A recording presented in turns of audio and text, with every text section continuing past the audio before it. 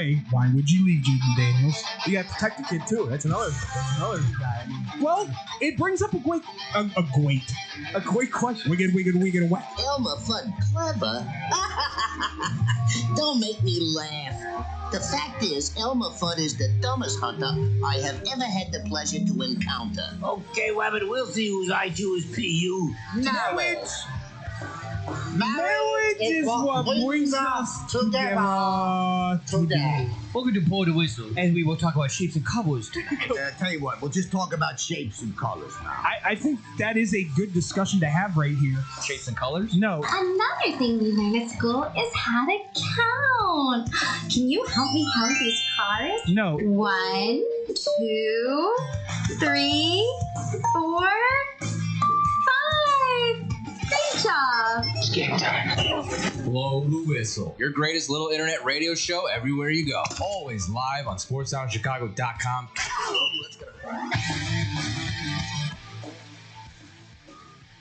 And welcome everybody here to Blow the Whistle here on sportssoundchicago.com YouTube page. I hope everybody out there is having a wonderful Wednesday. I am Andrew Pepe Valentine. I'm here with Adam Little Caesar Schneider.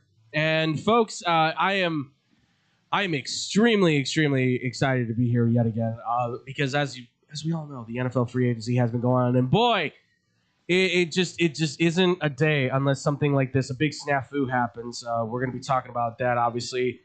Quarterbacks getting paid, defensive ends not going one place, going to another. Very interesting to see where this all lands. Plus, we'll be talking about the World Baseball Classic, and surprisingly, a defensive player of all things in the NBA comes out with one of the biggest nights maybe in NBA history. It's all layups and 3-pointers. Didn't see that happening at all. I don't think anybody did. But, when you play the Wizards, what do you expect? Yeah, folks, obviously, if you want to catch us anymore, we're at Blue T Whistle 1 on all social media. Make sure to go follow us on all that great stuff. If you want to ask us any questions or comments or things like that as well, you can hit us up at bluetoothwhistleradio@gmail.com, too. We're always glad to hear from you guys on that stuff as well. And, without further ado, gentlemen, are you ready to get into this? Yeah. Let's go, folks. So, the big news of the NFL. The Ravens had traded 2 first-round picks for defensive end Maxx Crosby of the Las Vegas Raiders, and it seemed like they were all set to go, ready to rock and roll. This was going to be the move that was going to put them back in the playoffs, competing for the division. Scratch that, actually. The Ravens decided that they no longer wanted Maxx Crosby. They backed out of the deal, returning their 2 first-round picks for 2026 and 2027, and instead have made the move to sign Trey Hendrickson to a 4-year, $112 million deal with $60 million fully guaranteed. So, obviously, not what anybody was expecting. The move was not yet official because the league year has not started yet. The new league year has not started as of yet. But, Nick, I'll go to you, man, to kick this off. Obviously, hearing this news, it's a little perplexing because you don't usually hear teams backing out of trades like this unless something serious has come about.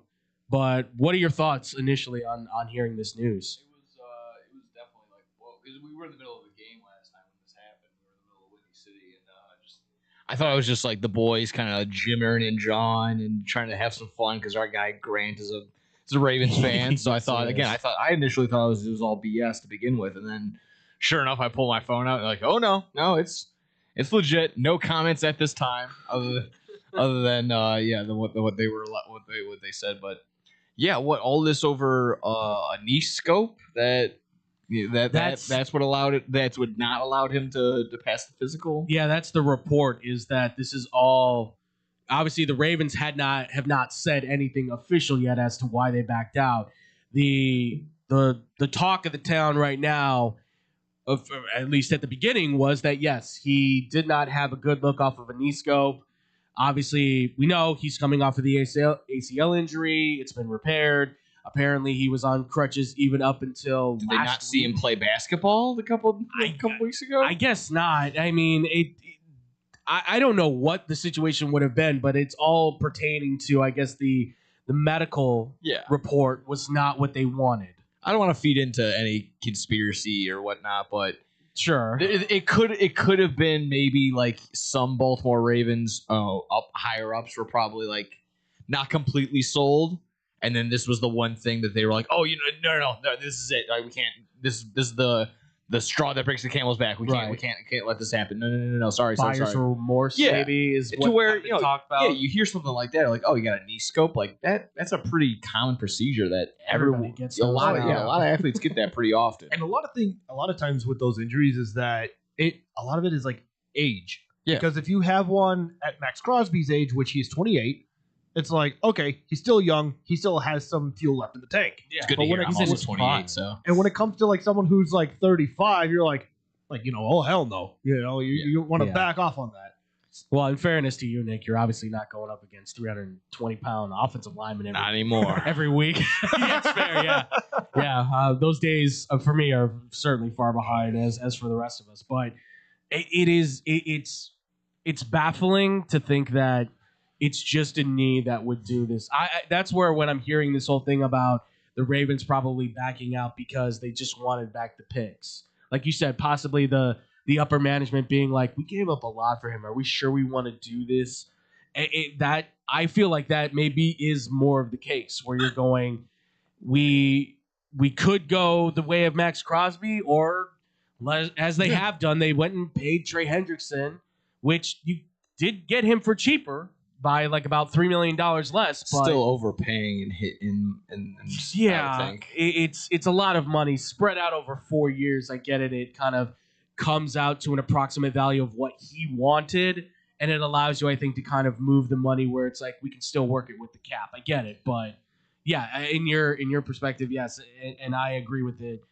Definitely overpaying, it feels like, still for a guy that's 31. Yeah, close to $30 million a year for a 31-year-old. And I mean, just simple when you're doing the NFL free agency, you pay for what you're going to get out of him, not what he did on previous teams. Right. So, you kind of have to always remember that. And if you end up doing that, you overpay. That's why I kind of think that it's either a mixture of, the Raiders had to pay like a we suck tax, or they really did just overpay for the Tyler Linderbaum, because that was also a thing too. Just like them overpaying, I think overpaying $5 million more than what everybody else was reportedly supposed to give to him. Yeah, everyone else kind of hovering around 22, and he got 27. So like I said, I think it's more like you got to pay up a little bit more for the Raiders, but. Now, are they in some sort of kerfuffle now? Because they've paid all this money out, thinking they didn't have Maxx Crosby on the book anymore. Now he's back. They are right now. I forgot what the number was exactly, but they're well over their cap spending limit right now. Are they calling as these deals sit? So either they're going to have to make the trade. Call Dallas. Somebody like. Ooh. You're going to have to trade him to somebody, or you're going to have to maybe rescind some offers from these players, which is not going to look good, obviously. Or you're going to have to make some cuts to your roster, which, I mean, to be fair, that roster only won you 3 games last season. So is there anybody that's really worth keeping around outside of maybe Bowers and I guess their left tackle Miller? Like everybody else might be more expendable. So I think at this point, though, you have to find a trade for him like ASAP before this new league year starts. Otherwise, you risk losing your first-round pick. And I wish the Bears were in a position to be like, well, look who came crawling back. But I just don't think. Yeah, exactly. And also, I just don't think that's the case for the Bears. I don't know if they should even go for him anymore.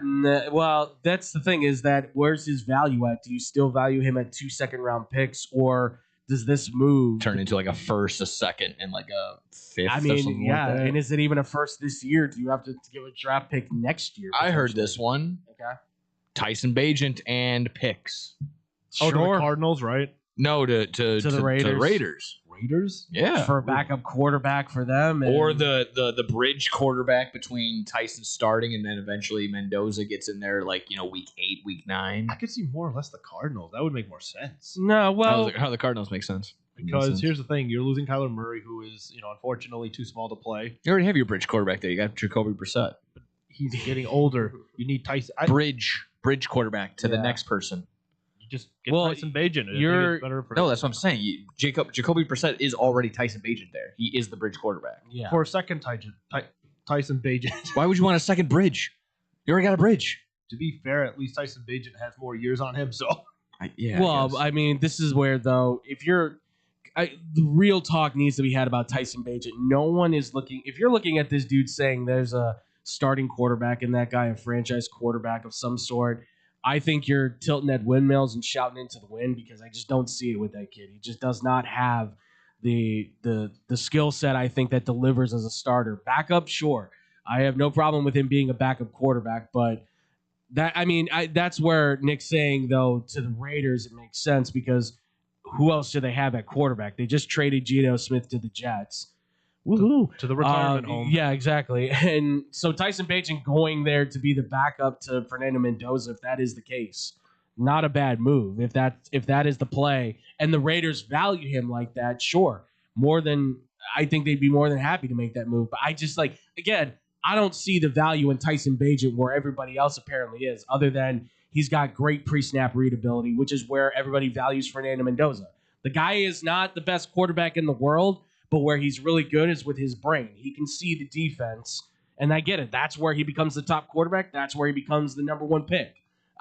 Again, it's the talent stuff that you lose me on. Like, Tyson Bagent can process stuff, cool. You can't process everything. We can only throw the ball 30, 40 yards apiece. Oh, absolutely. And here's one thing. That'll kill you. One thing I'll say about this is that I just don't think the Raiders should throw Mendoza into the fire already because I think he needs a year to sit. You sign a bridge quarterback, like you said, Nick, and you just have him sit behind whoever it is, develop, understand what.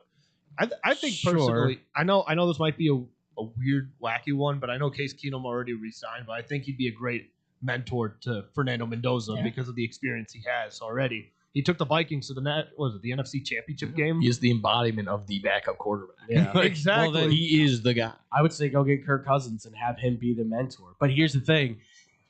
If you're taking a quarterback number one overall, he's playing. You are playing. You're not.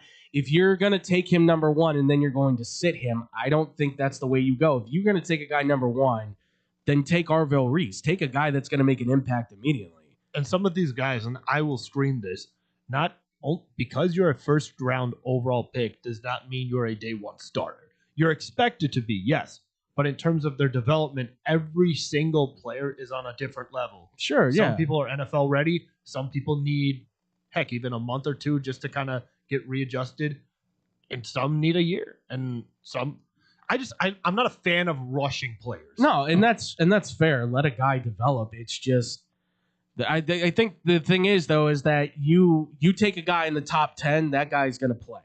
The expectation is that player is going to be on your roster day one in the lineup, offense or defense, they're starting. Like the Bears are picking 25th. Yeah. You have room to say, okay, we don't need to take a guy necessarily that needs to start right now. It'd be great if you can get a Peter Woods, if you get a Caden McDonald, that guy I think is a day one plug and play starting defensive tackle. Or you get a TJ Parker, that's a plug and play edge rusher you need right away. Or if you do get Emmanuel McNeil Warren, the safety from Toledo. It's a high go for him at 25, but if you take him, you're going to start him at safety. That's all fine, but it allows you room later in there. If you're going top 10, you're saying, we need this. They need to be good right now. And that's where if you're saying we're going to sit Fernando Mendoza, then why are you taking him one? That's where I'm just I'm losing the plot on that one, because if you're taking one, that needs to be in the lineup, make an impact. Let's go full on. Jared Goff was the number one pick, and what's his name? Fisher decided to say, we'll sit him behind Case Keenum. Of all people, it was Case Keenum. And then it was, I forgot what's his name, the big old dude that was from Oregon State. I can't even remember his name. He's one of the quarterback coaches now out there. But that's the thing, is you made him third string. Why? Immediately they get Sean McVay, he starts him, and oh my God, look at how good Jared Goff is.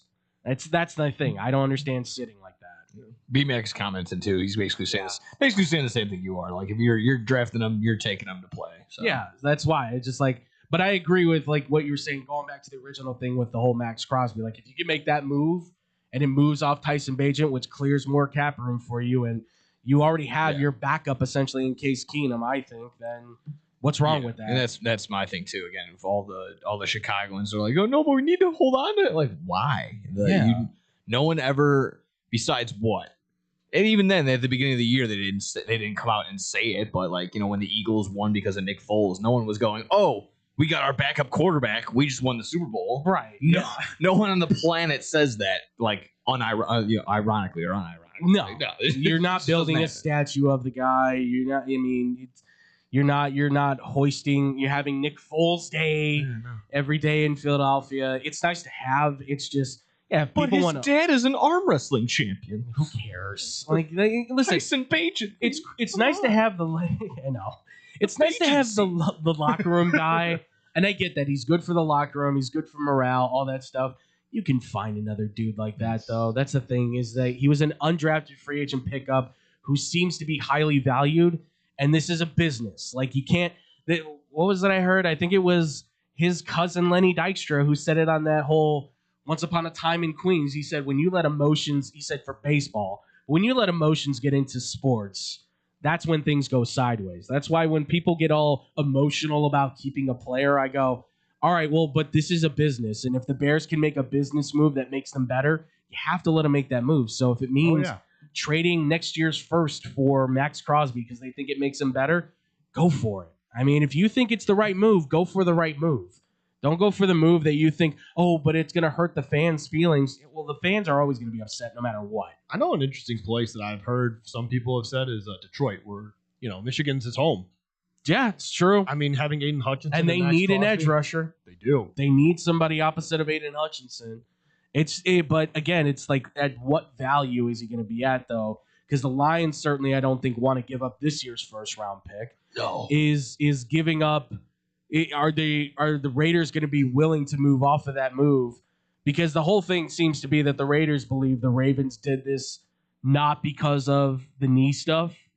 They seem to think that this is all because they just have buyer's remorse. Yeah. But is this about the knee? Is it about, to what legitimacy is the injury? I think on the Ravens side, I think it's a bit of both because of how loaded this draft class is. You're getting rid of your first round and potentially your second round pick. Sure. So it wouldn't make sense because of how deep it is. And I think Baltimore more or less needs a defensive. They need to pick both, obviously. But defense is a big need because, for one, you can't just rely on Roquan Smith to just run up the middle. I mean, you could easily just take him out. You can easily double team him. And the other thing is they have a decent secondary. I'm not saying the best, but a decent secondary. So they just have too many needs on the defensive side to get rid of those picks, if you ask me. No, it's totally legitimate, I think, for sure. They're keeping those draft picks at the end of the day could be the smarter move for them, for sure. Mm-hmm. But we'll see what happens, obviously, with that. I mean, I don't know if Trey Hendrickson necessarily makes the Ravens a playoff-bound team. No. It gives Jesse Minter his edge rusher, I think, more than anything. A guy that he can be dependent upon to go get the quarterback. So I would say that's at least a positive move in some regard. Yeah. But I do want to add one thing. I will say, you can have one of the best defenses in the NFL, but that would be a complete waste. It would look really bad if the offense can't put up any points. Yeah, for sure. And we have seen this throughout the years. Yeah. Well, and this is where, listen, maybe the Ravens are making a play for... Yeah, maybe the Ravens are making a play for wide receiver again. Maybe they'll help the offensive line. Who knows? But more, too, on the free agent side of things. Daniel Jones.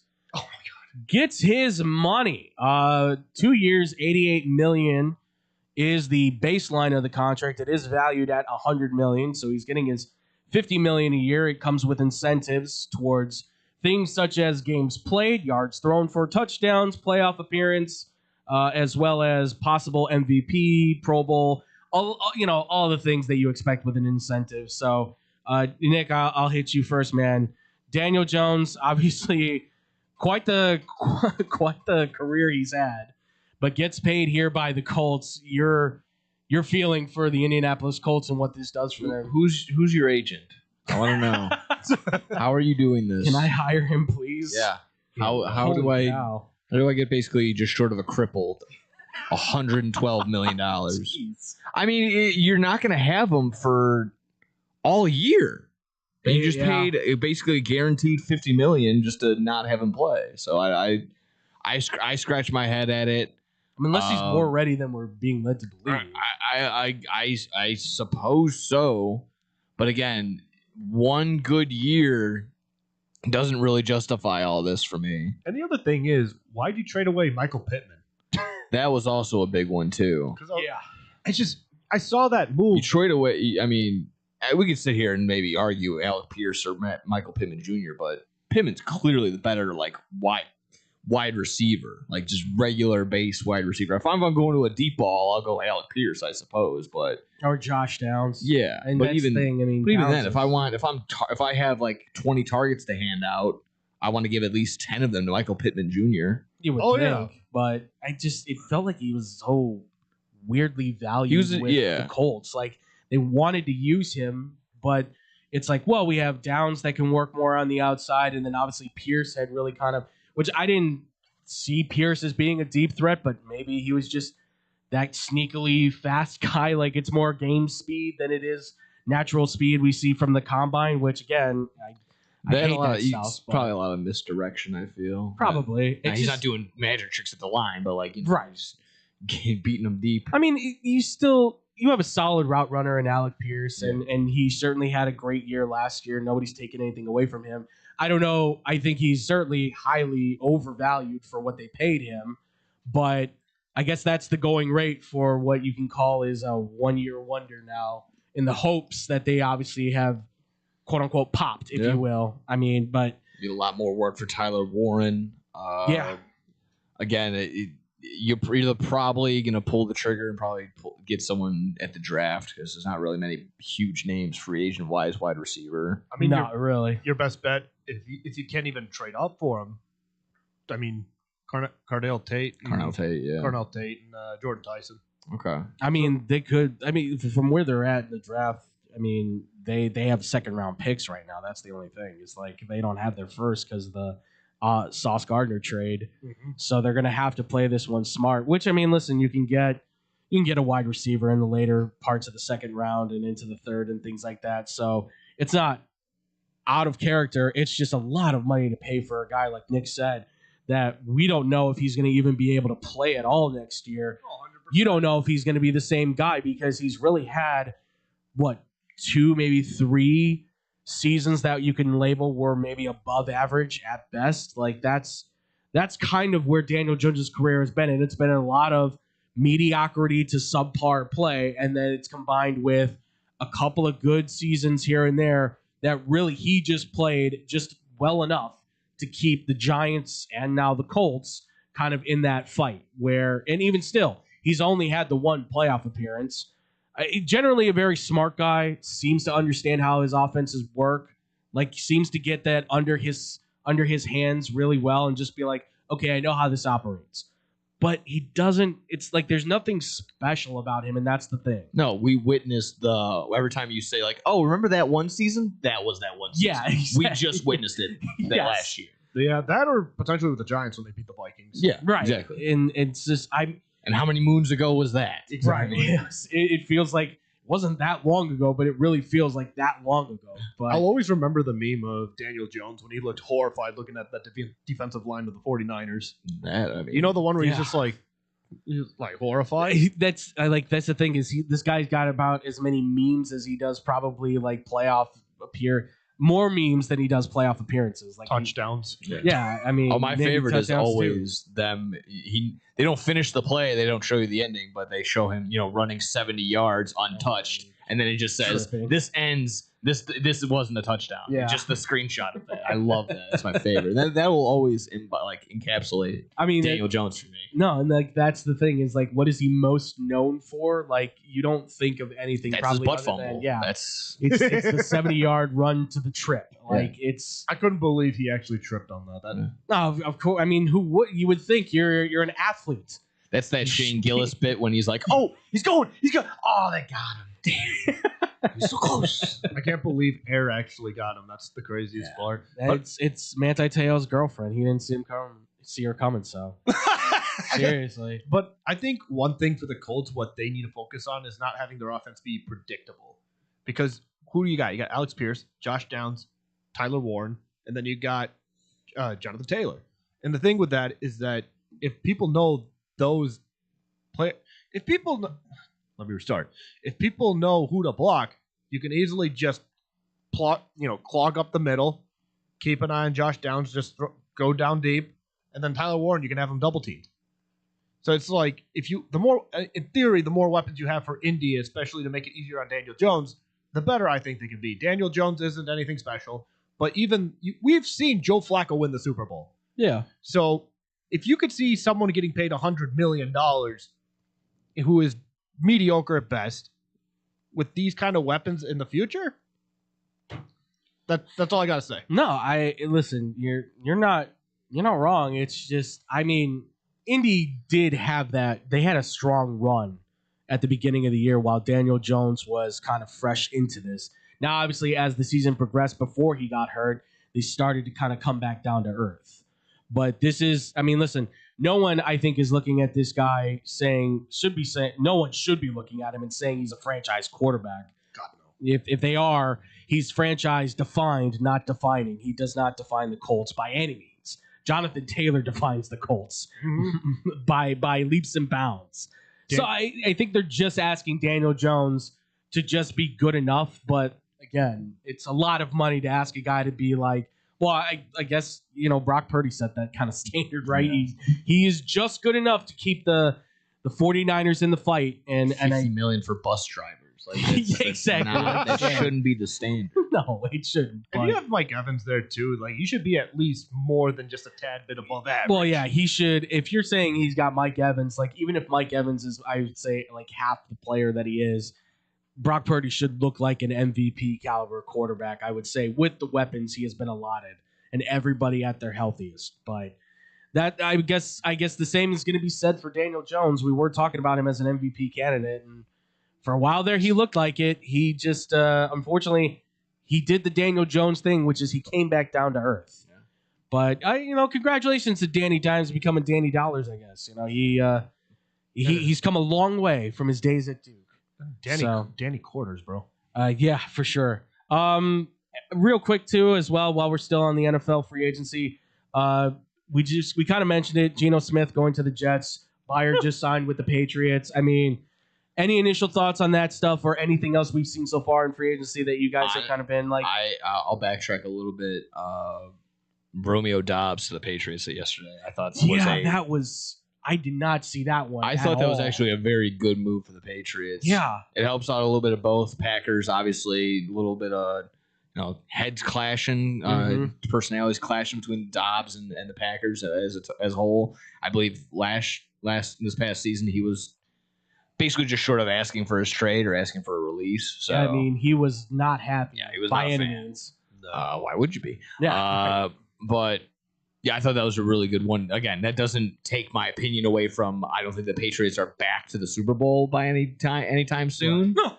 But I do think that was a really good move for them. That helps exactly that. It's still helping a young developing Drake May. Now you have Keyshawn Boutte, who take the next step up along with Romeo Dobbs, and still Hunter Henry that's there as well. So. Let's hope he takes the next step up. Yeah, absolutely. I mean, he maybe caught lightning in a bottle. That's all I'm saying. And also, the Patriots' run was Mickey Mouse like. It's very true. How does Denver lose in their own hometown? I'm sorry. Well, I mean, maybe you were in here. I've said Drake May will not be back in the Super Bowl. I think I heard that. I might have heard that. Yeah. That's right. Nick has been definitive to say that Drake May and the Patriots will not be back in the Super Bowl. I think the Patriots can be. Drake May will not be. Oh, okay. Oh, so all right. Dan Marino, basically. Yeah.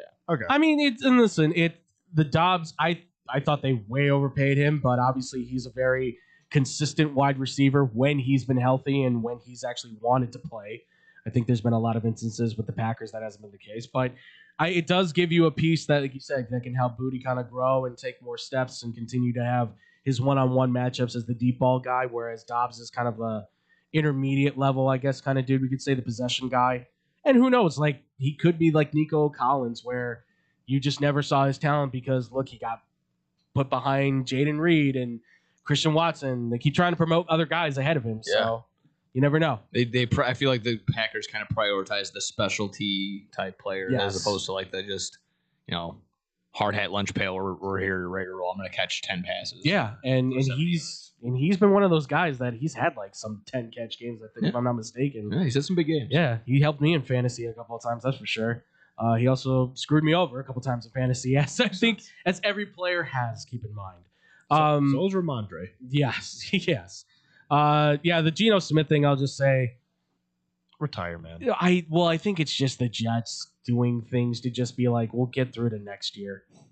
So to me, this says that Aaron Glenn's not going anywhere because he's not going to make them any better. Did you see the tweet or I think someone tweeted we went from Geno Smith and they named all 25 quarterbacks, and then it finally just captures off with and back to Geno Smith. Yeah, I mean, just that's, my favorite, time is a flat circle. My favorite thing was it Jason Jones or whoever it was tweeted out, obviously, that Geno Smith had been traded, and this is for us to have fun with here. It's just it's the meme of Danhausen basically looking at the Jets logo, going, "You are cursed," which I lost it too because it just encapsulates the Jets perfectly. Like nothing more would say like what do they need? They need a quarterback. Maybe they could get this guy in the draft. Maybe nope. Here's Geno Smith. Here's Geno Smith, and the reluctancy of the Jets to try and do any sort of real asset pouring into that position. It's just let's get this guy and then probably draft somebody in the second or third round. If you want to make a Simpsons reference out of it, you can kind of be like Geno Smith with like the boulder around his neck with the Raiders. And be like, Yes. Take off the boulder of the Raiders. And it's like, oh, thank you. Now add the boulder of the Jets. That's It's perfect. like, oh, eyes pull. I feel bad, and yet at the same time, it's just like it's the Jets. Like No, it's I feel bad fine. for the fan base, I should say. There's nothing there. There's nothing to root No. for. I mean, I just all these guys offensively, they feel like they're prisoners. They're held hostage. Like you feel, like I genuinely just feel bad for Breece Hall. Yes. I feel awful for Garrett Wilson. yeah. Like I want to send them like an edible arrangement or something. Like just feel better, man. Like this, I know this is awful. Yeah. We're all rooting for you. We hope you can get out and find that team that can help Yeah. capitalize your talents, but right now they're just stuck in the mud and they can't seem to get out. And they didn't get put. They got put there. They didn't step in there. They got put there because of these franchises. Because of the Jets. You know, it'd be really messed up if they kept tagging Breece Hall the rest of his career. Oh, he would retire. I feel like so. he would retire. Much like Alvin Kamara has said, "Hey, if you trade me, I'm retiring," which is just such a. Is that really That's the thing? really what he said. He's yeah. like- For those that don't know, Alvin Kamara has come out with a statement saying, "If the Saints ever came to me and said I was traded, I am going to retire."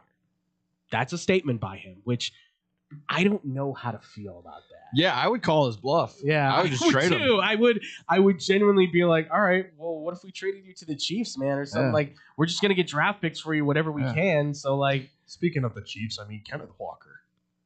Dude, that was top winner for me. it's a one of them. fantastic move. If we're looking at like top 5 winners of free agency, Chiefs are up there. Absolutely. I hate to say it just because it's based off of one major named free agent. Yeah. So I can't exactly say like, Well, they also made that McDuffie trade, and they got like 4 picks for him. So they've had a nice Yeah. offseason so far. that's true. They've got If you're counting yeah. just off-season winners, not just free agent, like If we're- pigeonholing yourself. If in we're a- looking at like strictly free agents, then Chiefs would definitely be there just based off of Kenneth Walker winning Yeah. the Super Bowl, winning the MVP and all that. But no, offseason, yeah, they're up there. They're top 5. top 3. off-season winners for sure.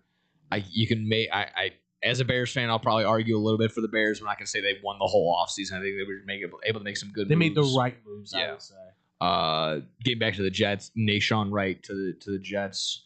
It'll be very interesting to see. Very cheap. What, 1 year, 5.5 mil? He was valued at $17 million a year. That's what the approximate value was put. Now that's coming from all the like, well, you know, you look at the statistics and the websites and the market.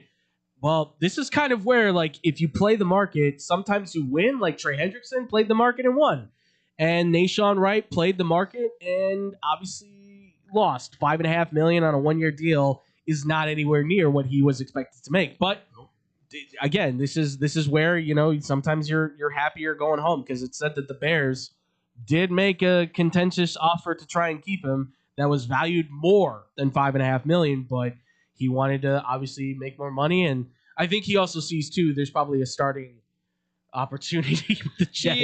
Yeah. No longer CJ Gardner Johnson there. Right. Or sorry, Sauce. Yes. You saw that, what is it? Jamal went back to the Jets? Jamal. Not Lewis. But, Definitely not Jamal Lewis. no. I had it in my head. Maybe I know what you're talking about, but mine's escaping me. For losers of the offseason, I'll say right now, Broncos. Because they done anything? They didn't do any. Well, they re-signed Alex Singleton, who's a 32-year-old linebacker who doesn't really do. They released Dre Greenlaw. Okay. They let Jonathan Franklin Myers, who was actually a solid defensive lineman for them, walk. And I believe they got somebody, but I feel like did they extend Gary Bowles? Garrett Bowles? Garrett No, Bowles? I don't think they did. Okay. He signed a 4-year contract a few years ago. Okay. Yeah, I gotcha. think he's All right. still on his deal, which they would be smart to because he's one of the top tackles in the league. And if they want to keep making the playoffs, he's the guy. Jamal Adams, by the way. I just like Jamal Adams. Okay, Yeah, it was Jamal Adams. Yeah, which is that's fine because he's going to play linebacker there, which is more what he should be playing anyways. But the Broncos said all this stuff at their meeting about we're going to be very active in free agency and we're going to go for people and we're going to try to make this team a Super Bowl winner. You haven't done anything. No. You've done absolutely nothing unless their whole priority is the draft is where we're going to get guys. But what are they getting? I mean, you shouldn't think this way, but again, aren't you probably in the mindset of like, oh, again, we're not going to have Bo Nix for a majority of the season, so why go balls to the wall? No, if we're gonna rely on, I don't even who was the Jared Stidham. Stidham. Yeah, no, and that's fine. But then why make that statement that we're no? I get. Like, I that's the thing. understand. It's like you say one thing, the fan base is this, and that's the thing. The fan base was so behind, like, all right, let's do this, and then you've done nothing. So then just come out and say, yeah, we're just gonna kind of settle for this. No, yeah. I mean, yeah. Again, you should be competing at all times. I guess that's why I prefaced it at the beginning. Like, you shouldn't think this way, but no, you kind of have to make it look like you're gonna try. Yeah. Like the Chiefs Put the illusion of hey, we're trying. Because the Chiefs make it look like they're going to try, but clearly they're setting things up for like, all right, when Mahomes is back, more likely next year, we're going to have the running back thing solved. Likely the offensive line thing's going to be solved. They kept J.K. Dobbins. That's it. Yes, J.K. Dobbins, who is still injured. No, he came back to. He came back for the playoff game. Okay, all right. So he's he just didn't play a lot. RJ Harvey is going to be definitely the future. Yes, 100%. I'm more impressed with him than anything, but you know, a nice little last 4 or 5 games of the regular season and a nice little postseason. Too, yeah, so. But we'll see. I mean, it's just again the Dobbins things just doesn't. It's like it's not a needle mover. No. Yeah, no, it's a backup that goes on the goal line and he can score touchdowns. Yeah, very underrated, but again, that's not headline news. No, but overall for free agency, I've been very intrigued with it. Obviously, the Crosby things added another like mystery and a little bit of air of like, ooh, what's going to happen next to this whole thing. So yeah, I'm genuinely impressed because I thought this was going to be a free agency that was going to be like, all right, Malik Willis, great. Like it's just going to be very blasé, but it's been far more intriguing than I thought it would. And between obviously hometown team with the Bears making moves and a few of these other teams making some splashes, I'm genuinely been thrilled by it. So more to come still, obviously, folks. A lot more free agency, and obviously the draft is along the way here in April. We're going to be discussing more on that too. But folks, that's going to be it for us here on this part of it. When we do come back, though, ladies and gentlemen, the World Baseball Classic, America on the ropes here. Can they get off? When we talk about next here on Blow the Whistle on SportsDownChicago.com. I sound a little cocky, but I think we're legends in Chicago. We really are. SportsDownChicago.com. We're all looking to save $1 these days, right? Well, Pino's Old Man is the perfect spot for pizza lovers with the $10 and under menu that'll make your taste buds and your wallet happy. Fried chicken sandwiches, just $6. It's so good I had to start working it just to eat it every day. That's not all. Grab 2 large one-topping pizzas with extra cheesy goodness and a 2-liter soda for just $26.30. Plus, order online and get 5% off exclusive deals. Family owned and operated for 30 years. Open 7 days a week and until 1 a.m. on Fridays and Saturdays. Check them out on the corner of North Main and Willoughby. Pino's on Main.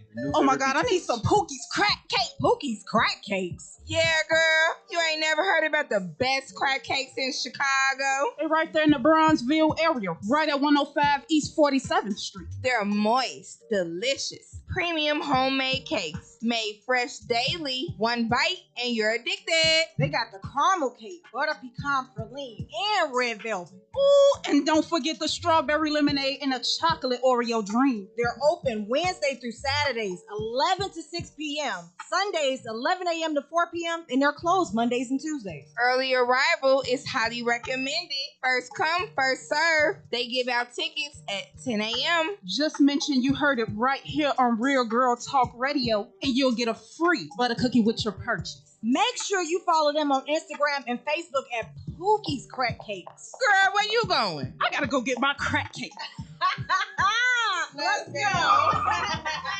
Looking for a great bargain? Want to find cool collectibles? Need to get fresh fruit and vegetables for the family? Come on down to Swaparama. 3 great locations, 42nd and Ashton in Chicago, Melrose Park, and Alpha, with hundreds of indoor and outdoor vendors selling clothing, tools, electronics, and much, much more. Have stuff for sale? Become a Swaparama vendor and turn your hidden treasure into cash. Visit their website for market days, hours, and vendor information. Go to swap-o-rama.com. Swaparama, the first name in flea markets. There's only one place to watch your favorite sports team and have mouth-watering pizza. Come on down to Moretti's Pizzeria, where you can get a pizza for half the price every Tuesday. Try out our delicious varieties of pizza, sandwiches, and much more. I don't know about you, but a gooey mac and cheese pizza with a size of cheesy mozzarella sticks and watching sports sounds like paradise to me. Stop by at one of our 12 locations near you. We're open 7 days a week, anywhere from 10:30 a.m. to midnight. Visit our website, Moretti'sRestaurants.com, for delivery, catering, and even private parties. Moretti's, we bring the fun. Get money for that old car sitting in your driveway today. No more insurance payments. No more playing taxi for your friends and your family. More room in your garage with Winning Auto Wrecker. Winning Auto Wrecker comes directly to you and takes that problem car away and off your hands. Call anytime, day or night at 888-555-0910. Or go to winningautorex.com and we will take that junk off your hands in no time. You win, we win with Winning Auto Wreckers.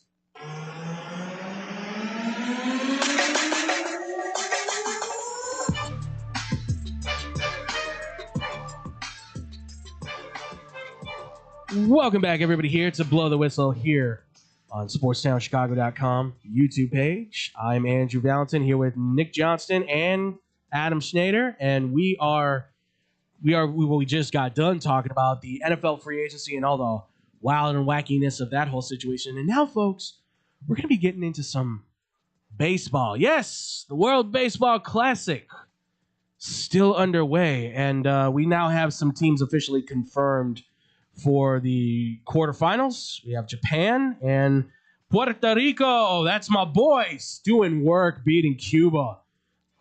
Yeah, I'm so proud of them. Unfortunately, they did lose their more recent games, so they're no longer undefeated to Canada. But that is okay. That's okay, because they did make it to the quarterfinals, and I'm happy with that. But unfortunately, a team did not break through, and that was Team USA. Team USA lost yesterday to Italy, 8-6, and are now potentially on the brink of losing out of the World Baseball Classic and not placing. Now, I don't have the particulars as to exactly how it is that they're going to make it, but I know I got it. You do, Nick? Tiebreakers, yep. Tiebreakers, okay. Give us the tiebreakers then, Alrighty. Nick, please. Italy wins versus Mexico. Italy and USA will advance, no problemo. That is the easiest one. Okay. Easiest one. If Mexico wins versus Italy and scores 5 or more runs, Mexico and USA will advance to the quarterfinal. Okay. If Mexico wins versus Italy and scores 4 or less runs, then Mexico and Italy will advance. Okay. So it's all about math. It's all about runs scored here. Of course, if you were Mark DeRosa, you should have known when you were actually in it, as opposed to thinking you just automatically advanced like he did. Did you see that? Yeah, I did.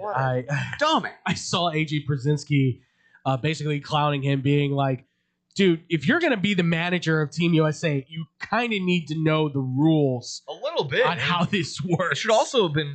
Not necessarily again their job necessarily. But right. As a player, you should also have been like, Are you sure about this one? Yeah. You want to do a bullpen game tonight? Right. Yeah. It's kind of important and critical. Bryce Terang didn't put up his hand and be like, "Are you sure you want Paul Goldschmidt in tonight?" Will Smith, same thing. You like, I appreciate the playing time, coach, but Cal's doing pretty good. I think we should probably play him. Yeah, I was dumbfounded hearing that. I didn't know that was even the case. And you can clearly see, like, well, after they started getting pitch hit and when Bryce Harper came in and Bryce Terang came in, started hitting the ball. Yeah, started doing well. PCA woke up and had 2 home runs to get them going as well. But man, I mean, test the espresso machine, man. That's crazy. It was also like, again, this is any given day. Like, you can't just come in here and just expect to win in baseball. Like, that's crazy to think that. So yeah, this was just bad. It's a bad look. Again, when you're the odds-on favorite to win the whole thing, and now you're at the will of Italy and Mexico to get in. Yeah, it's like, this is embarrassing. It's tough. No, if you are a baseball fan, especially for Team USA, this was a rough one to watch. Not in just the game itself. The game itself was pretty rough because it was what? It was 8-1. It was 8-0 at one point. 8-0 at one point. I think it was towards the 6th. Yeah. And at that point, I was like, well, they've lost it. I mean, I'm going to be honest. Like, I watched that game going, well, they've lost this thing. Once you're down 8-0, like, it's very hard to come back. They made it a game. Yeah, obviously. they did. And also the Americans, I believe, scored 2 at the bottom of the 6th. Yeah. And then it went to 1, then 3, then 1 again. Yeah. And that's 8-6. Yeah. They came back, like you said, they made it a game, Nick. It's just like, yeah, how do you not recognize the situation and Italy has been playing well all game long. Did you not think they were going to maybe bring their A game against you? Did you not think that they were going to look at this and say, hey, this is kind of critical for us to stay towards the top 2? Like, they needed this to even stay. Have that ignorance of like, hey, we only get 4 games and we can afford to take one off. That's that bonkers to me. No, is again, this accounts to is DeRosa even looking at the lineup and going like, hey, Italy's got some players that have played Major League Baseball. Well, I maybe appreciate consider the possibility. I appreciated Cal's explanation. I don't know if I'm sure you did see the whole kerfuffle of, Randy and Cal Raleigh not shaking hands or Cal not shaking hands. Yeah. And his quote afterward was, I owe it to my country and my team to lock in. Well, how about you lock in and tell the manager that you guys aren't clinched yet? Clearly, someone's not locked in. You're supposed to be the coach on the field. I would think the guy behind the plate should be like, Mr. Manager, sir, Mr. DeRosa, Coach, we kind of need this one. So, like, maybe we could all just play full time here. Like, and sidebar again on that with the Cal Raleigh not shaking hands with Randy or Rosarena. Good. Yeah, I want that competition level. I've always been the opposite side of like everyone dapping up and shaking hands before and after the game. Like, no, that is I would consider that battle time, wartime. You're not friends inside that arena. You can call each other after the game. Zoom, you're teammates when you get back to Seattle, but right now you're playing against one another for a chance to compete. Like, I don't expect you to be buddy with each other. I mean, Australia's been like that. Their catcher didn't he get noted for being the guy they're like trying to shake hands? He's like, no, I'm okay. Like, this is for competition. This is for bragging rights. And also, I'll be honest too. If let's just say USA makes it by some tiebreaker miracle, it also doesn't help that Screwball left. Yeah, that's been my complaint from the get-go. Yeah, and he's been very adamant about how much that hurt him. The fact that he had to say, well, I really want to be there, but I have my obligation to my team. And obviously that's where he's getting his money from, which is unfortunate because it's very much in the same realm. I remember when the NHL players were there was a lot of pushback from the NHL teams for a little while. Not all of them, but some of them were going, hey, we kind of need you for the season. We really don't want you to go compete in the Olympics. And it wasn't, I don't believe it was this year. It was, I think, a couple years ago where they did this. And the players were like, look, I'd really like to represent my country. I get you're worried about me getting hurt, but I really would rather, I like the opportunity to do this. Oh, absolutely. At least for them, I feel like they probably feel like they go even harder for their international team. So 100%. So exactly. They're like, you know what? Either have that same intensity when you're playing for the Canucks or or don't do it at all. Yeah, exactly. I mean, that's why we won the winter gold this year. That was fantastic, by the way. That's great. Yeah, if you're gonna play that hard for America, can you do that while you're here from San Jose? Yeah. Help the Sharks win a little bit. Damn, please. That's a good point. Absolutely. Yeah, look, for Team USA, obviously this is a tough uphill battle because you are so determined to bet on Italy having a repeat, which now they're down a man, unfortunately. Kyle Teal, unfortunately, I'm sorry, Nick. Of course. Unfortunately, White Sox. is apparently Jack Caglione from the Royals. No, couldn't be the rival, right? It had to be Kyle Teal, Yeah. Who had been playing exceptionally well in these World Baseball Classics, which I will say this does have an impact for these guys. I think going back to spring training, like this is a little good bit tune up for these guys to be able to get some feel. The guy that struck out Judge last night to end the game, he's a Red Sox, so you don't think he's gonna bring that home with him? It's fantastic. Too. I mean, again, that was just like kind of fun watching. Yeah, if you have that. That's been kind of littered with that too, obviously with Roman Anthony and then Aaron Judge. I think they hit back-to-back home runs, or they hit home runs in the same inning, and then it was the Bloods and the Crips tying their bandana together. All right, we'll do it this one time. Yeah. But I think that is kind of cool. Where obviously you saw the last time this happened, it was Ohtani versus Mike Trout to end the World Baseball Classic. Now you're seeing all these other matchups too. So I think it's really awesome. Again, it was kind of cool, at least Chicagoland area, to see Teal and Antonucci go deep, and then of course PCA had to have his fun too. So it's kind of cool, Chicagoland wise, but absolutely. Well, yeah. I mean, I would say Chicago definitely showed out in that matchup between Italy and the USA. But this is a big ask. This is Team Mexico again. This is not a pushover team. This is a team that is loaded with MLB players and guys who have been playing baseball for years in themselves, just professionals in the Mexican League as well too. So that are not Trevor Bauer. They can be held scoreless for a while, but then just explode for runs. Absolutely. So and saw in the last game. No, and that's the thing, is that they have a great complementary ability with hitting when it comes to both their ability to make contact, get on base, and then they have the occasional power guy that can step up as well. Like, it is a perfect blend, and their pitching, I think, has been as excellent and as sound as you can get, especially here on this grand stage of everything too. So, and hey, folks, it's David Dykstra here, ladies and gentlemen. David is here officially. Business, my friend. Business. Sorry it took so long, boys. No, you're good, man. You're It is good. what it is. It's all good, man. WBC?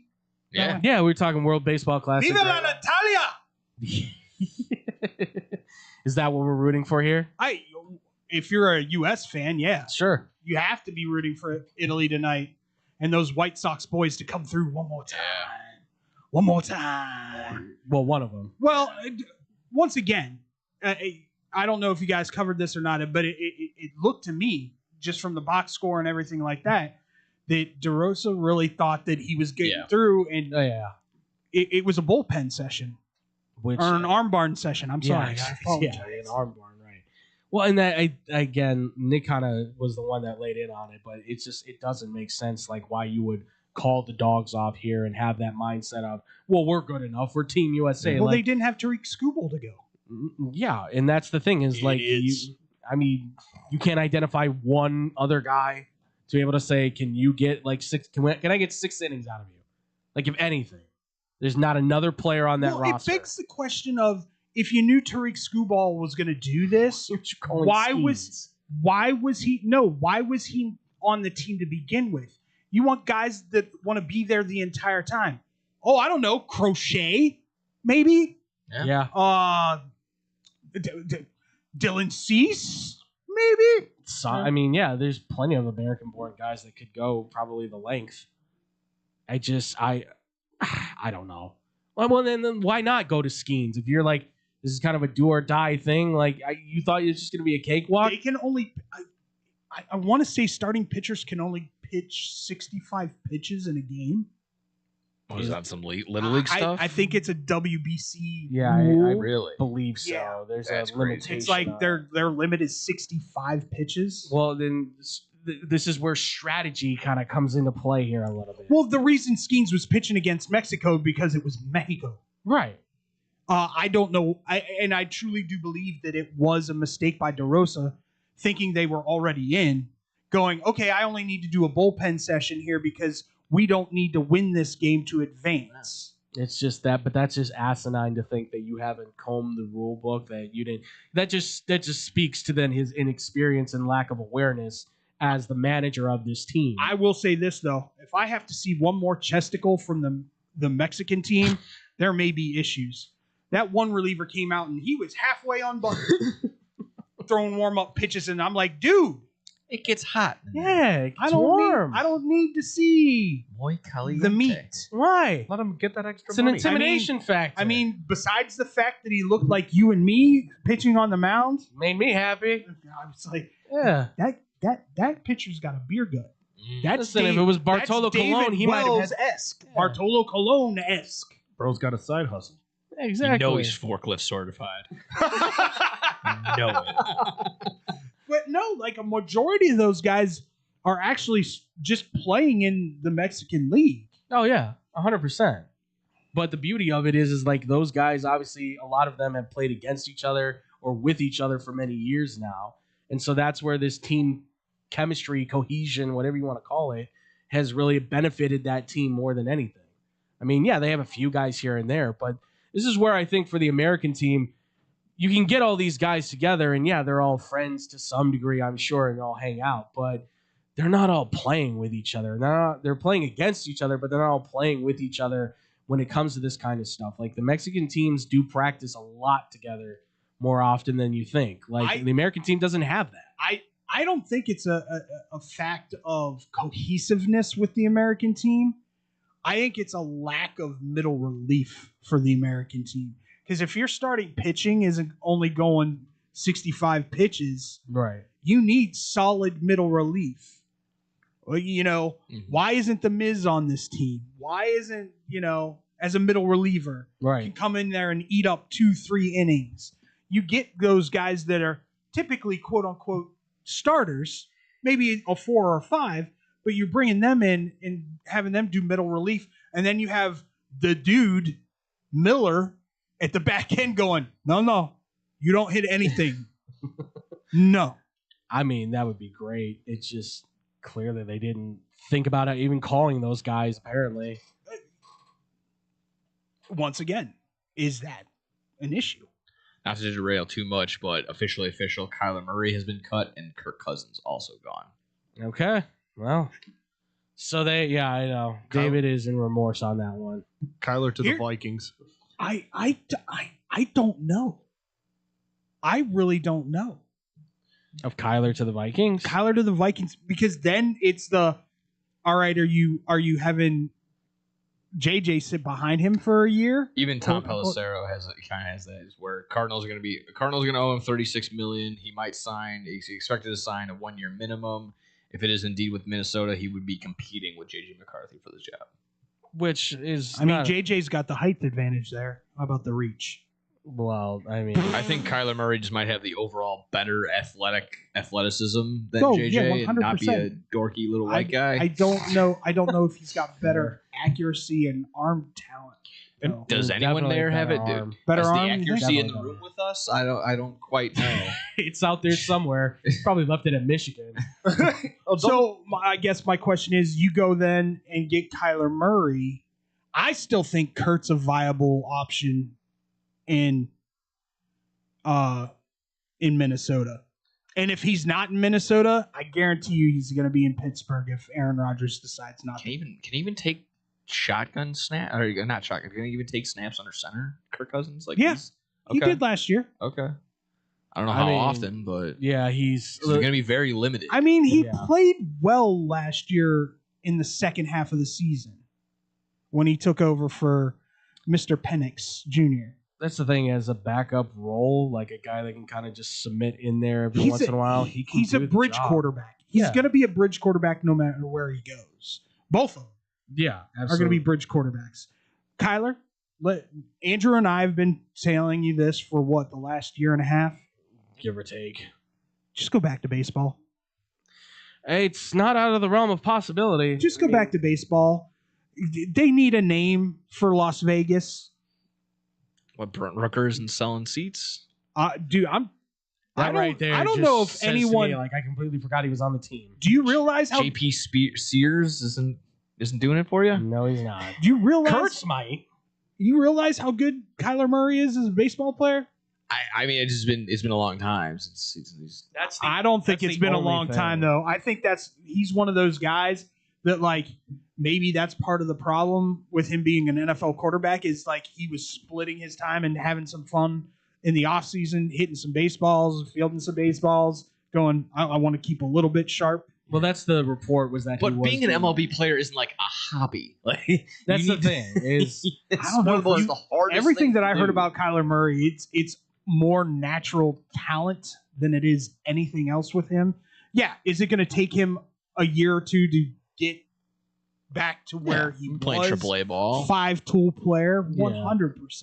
But I mean, it's not out of the realm of possibility. You want a shortstop that's gonna be able to defend from third base to second on a regular basis. As long as he can keep the quickness, it's just it is just that though. Is that not being a part of MLB all this time and not having that training, no matter how many batting cages you walk into on the off season or how much you're lifting weights still to kind of keep in that the sort A's of shape. owner would do it just to sell tickets. Oh, well, yeah, because he's an idiot. He's an absolute Fisher's a moron when it comes to being an owner.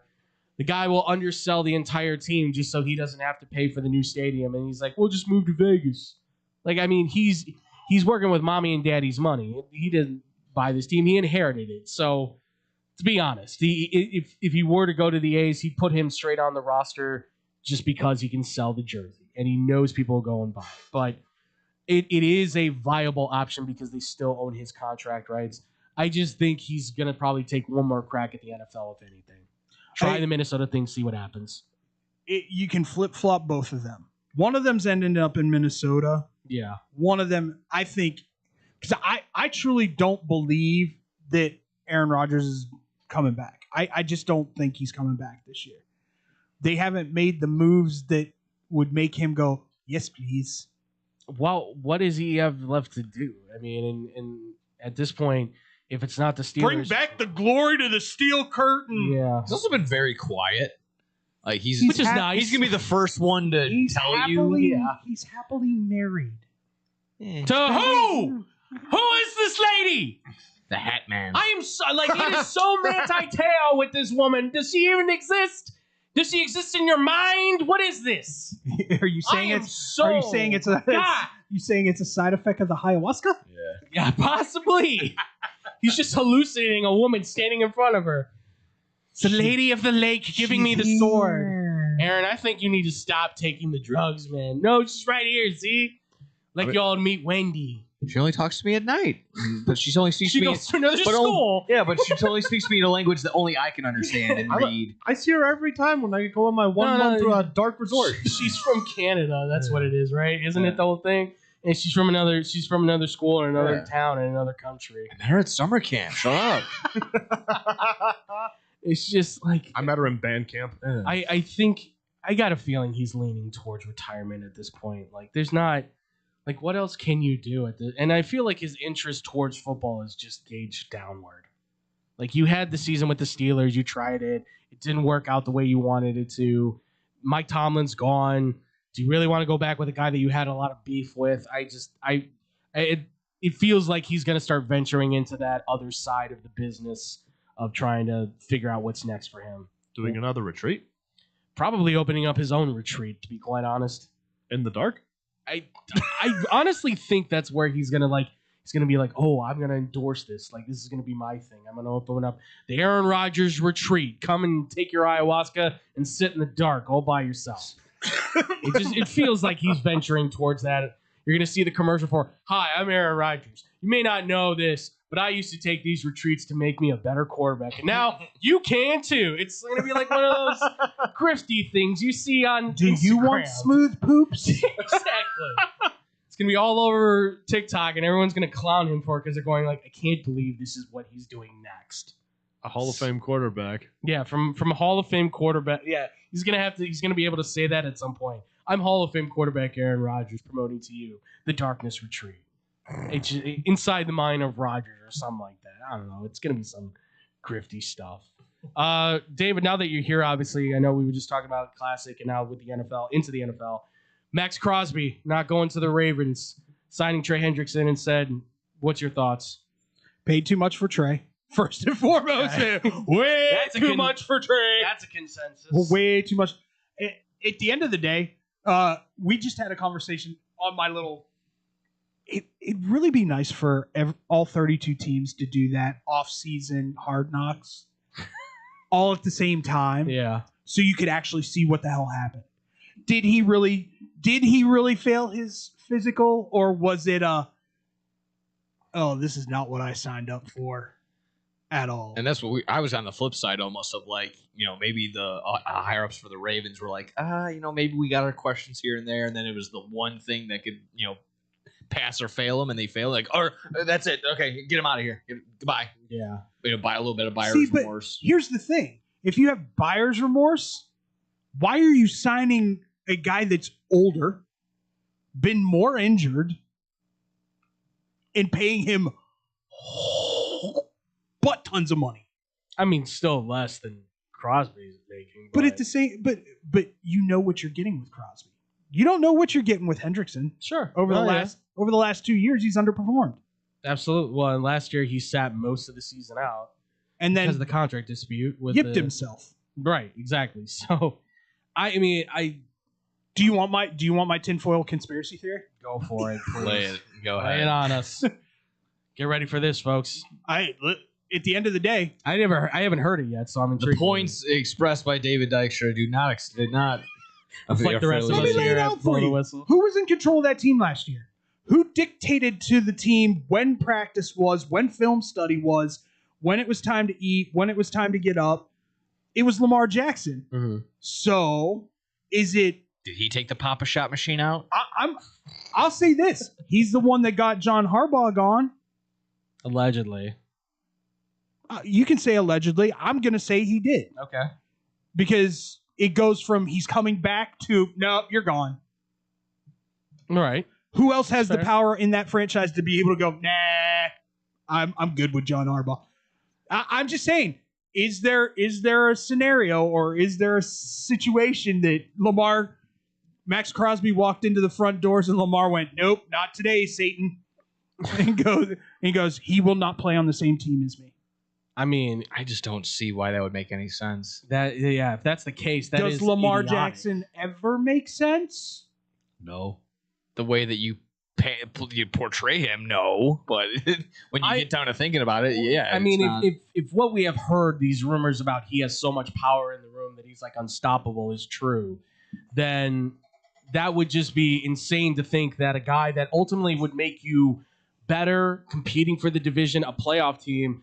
Because in what sense does it say to Homelander? Like, they're not like, oh, sorry, Mr. Lamar. I never said it was my. Right. I just wanted to put my tinfoil hat on. No, for a I get second. you. I understand. It's just I'm thinking, and then the fact that Lamar Jackson sucks. Yes, as a conspiracy theory, it's interesting on the logical sense of what does it make. It makes zero sense because now listen, Trey Hendrickson, I still think makes the team better, but I don't know if he makes him better in terms of how Maxx Crosby makes him better. Right? Like That's the thing, is like Maxx Crosby's worth another 2 wins. Trey Hendrickson's maybe worth another half a win, maybe a win at the most with his pass rush ability if he's the same guy. So when it happens, you can thank Lamar Jackson for Maxx Crosby being a Chicago Bear. For Tyson Bagent, a couple picks. That's why I said. I think they also send Dio. Yeah, Odingo. Yeah. I mean, sure, he's worthless. No matter how much. Listen, you want to be honest. Like, as much as Ryan Poles is like, nobody's working out harder in the offseason than he is. It's like, listen, dude, you can try and talk him up all you want. You made a bad move. When your free agent signee from the draft or Booker is out playing a dude that no. Your draft pick is playing better than your free agent super signing. Like, come on, dude. We're not buying into this. But look, if If Lamar did that, then the Ravens should have. I'm just saying if that ever was to be the case, like that came out, the Ravens would have to have a serious conversation of, do we want this guy back? Like seriously, like do we want him even in the locker room? Because a man with that much power is going to eventually be the destruction of what has been a very promising organization that could be on the precipice of a Super Bowl. Wow. You want a little crazy news? Go ahead. Jake Paul's out until 2027. That's how bad Anthony Johnson messed him up. Good. Well, from Dave Kluge, is it too late for the Bears to take back the Chase Claypool trade? I tried to warn everybody. I saw there was one for that. I saw the Browns. A fake Browns account did the same thing. Like we were trying to get back the Deshaun Watson trade. I mean, maybe you can get some reparations for that. Maybe that's how you get your. They just did. They restructured his contract. That's true. That's true. Maybe that's how you get your compensatory picks. They restructured his contract and then gave him a couple more masseuses. Jeez. As compensation. I can't see where that guy is somehow starting for that team. I just can't imagine them actually wanting to give him a shot.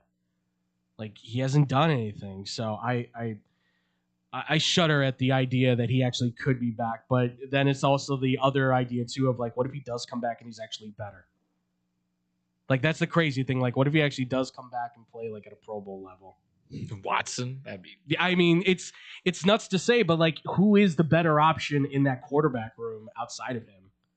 I just come on with now. All the options that Shador. We've seen him already play. Yeah, I know it sounds insane, but like basically playing on like those shaky Bambi legs, like that was awful to watch. So I just don't see it. At that point, even if his like football ability isn't shot, then his confidence level has to be. There's no way you have an ounce of confidence going on the field anymore. Yeah, there's no way. I would think so. I mean, because everyone, because I'm listening. I've listened to some of these experts, and I know maybe not the best thing to do, but I'm trying to hear them out on the Brown stuff, and they're trying to convince everybody in the world that if you're not sold on Shador and you're not sold on Dylan Gabriel, then this might be the best option that you have to go with. And it's like, but what if all this time he finally gets it right? And you know what? As of right now, I'm kind of sold on Shador, so I have my Shador ticket. I don't mind. And any particular reason why you're sold on him? Or I think it's just the mentality. I think people are too quick to judge and assume with him being Deion's kid. Mm-hmm. Kind of in that same realm of like, oh, we know how his dad is, so we know automatically how he thinks, feels, and acts. So It's just not the case. I think they're two different people. I think he has the time and opportunity to mature, and if you allow him to mature and not ransack him at every given moment on social media, he can actually develop and become a decent little player. Is he going to become Super Bowl Joe Montana, Tom Brady? I don't think that's on the horizon. That shouldn't be the expectation for anybody at this point. But to sit there and be like, oh, let's already count him out because, he's had one bad game here. He's a Sanders, and I just don't like how he talks and acts. So you can't have that mentality. I don't know. That's kind of that's where I'm at with Shador. Okay, that's fair. People are just too quick to judge with him. I'm with that. I mean, listen, the Browns have a lot that they're obviously going to have to recoup on. They have to put together an offensive line, find an actual wide receiver, get another defensive lineman, cornerback. They need a lot. They need a lot. Everything. Possibly might need another head coach if this thing doesn't work out. That was a long way of saying, exactly that. They need Are you skeptical of the ability of the Cleveland Browns to go through due process and have tests? And you're saying Monken isn't the guy? Yes, 100%. I'm saying that. All that goes through my head is, we're the Cleveland Browns. That's all that goes through my head right now. Absolutely. The only thing they got is Garrett and Schwarzenegger. Their secondary is pretty badass. Denzel Ward. Okay. Denzel Ward's like maybe their only other star, I would say. Sure. And Judkins has been better. Fannon's been all right. Well, let's see how he comes off of that injury. Yeah, that's the biggest part. So. Also got Mason Graham, I believe, on the other side. Yeah, he's been good. I don't know if he's ever going to be a star, but he does his job, and I think that's important. All right, well, obviously we divulged into the NFL talk. But we had to get some of David's take on what was happening with the NFL. Oh, real quick too, David. Daniel Jones, new contract. Your thoughts on that too? Too much. Away too much. Too much. Indianapolis is their new owner. She's like, I got all of Daddy's money now. Well, she's out there with the headset. Alex She's Pierce. listening. I guess if it comes out to a playoff run and possibly a division title, it's all worth it. But he can't be back before mid-season. Unless he's That's what ahead I of said. schedule. I mean, Unless he had the Aaron Rodgers Achilles Is surgery. everyone ahead of schedule? Because Patrick Mahomes is going to be there day one, and so is George Foreman, apparently. I don't know. Who else?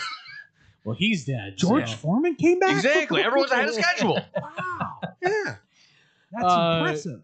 Well, yeah, Patrick Mahomes apparently working out just after his surgery, which I don't Next thing they're find. telling me, they're going to show me that picture of Tyreek Hill with his leg backwards. They're like, yeah, he's on schedule. He's going to be back next week. Reversed. Yeah. He can run both ways now. A guy who I think is just going to end up getting a tryout with the team, get the Des Bryant treatment or whatever it was, where he was just like, I'm going to tour the league real quick and do a tryout with everybody and see where I can land. I think Tyreek Hill needs to be he needs to humble himself and maybe just go back to a team that's going to probably just take care of him, because he was a speedy guy, but a small guy. Now he's a small guy that can't run as fast as he should because he has a leg that was backwards. So he's going to now have to realize With a foot that touched his head. Yeah. And he's going to naturally he's going to get slower anyways, because now he's creeping up on 30 if he's not already there. He's 31, I think. I mean, Daryl. I'm not going to count him out entirely, but him to be like, I don't think he's not in the position to pick and choose where he should go. Daryl Green was the fastest man in the NFL for a decade. No, but Daryl Green never had an injury like this in his career. That was catastrophic. He was healthy almost his entire career, which is insane to think. So that's why at 37 you can keep running like a 4.35, and now he's 60 and he's like, I can still run a 4.45, which is nuts. They did those.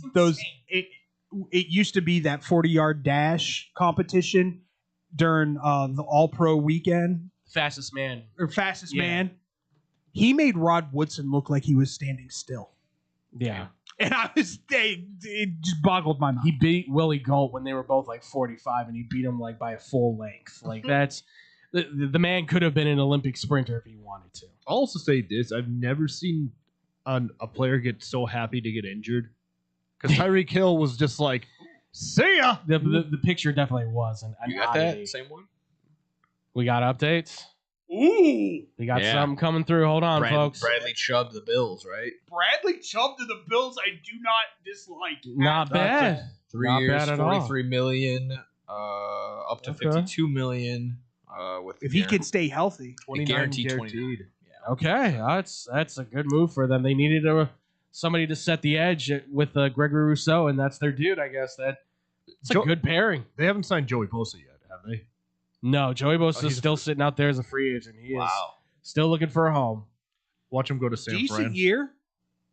Yeah, he was solid with Miami, but for some reason the Dolphins didn't want to keep him. They were just cutting house. They were cutting everybody. Listen, if you're gonna tank, you might as well just go full on in, because it's pretty clear. It's just, again, what's the direction of this team?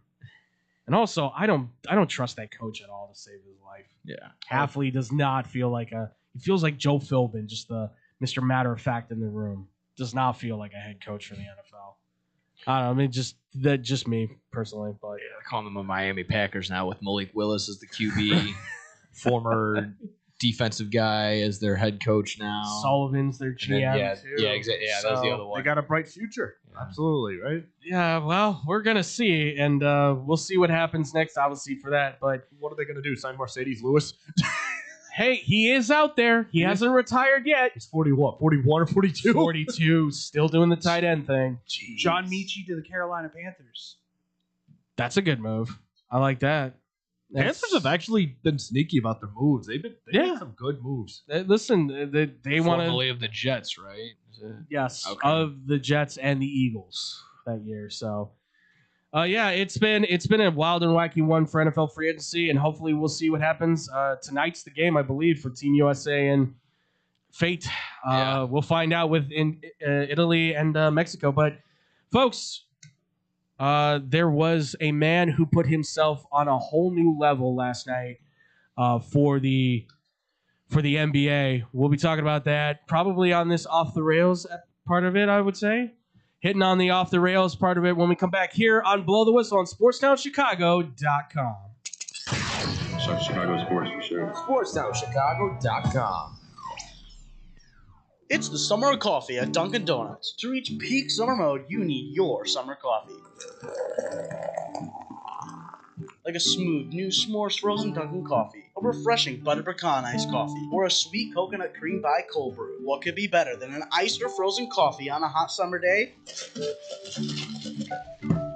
Nothing. Dunkin' Donuts has all your favorite flavors this summer. So come enjoy the summer of coffee and keep cool out there, kids. America runs on Dunkin'. Price and participation may vary. Limited time offer.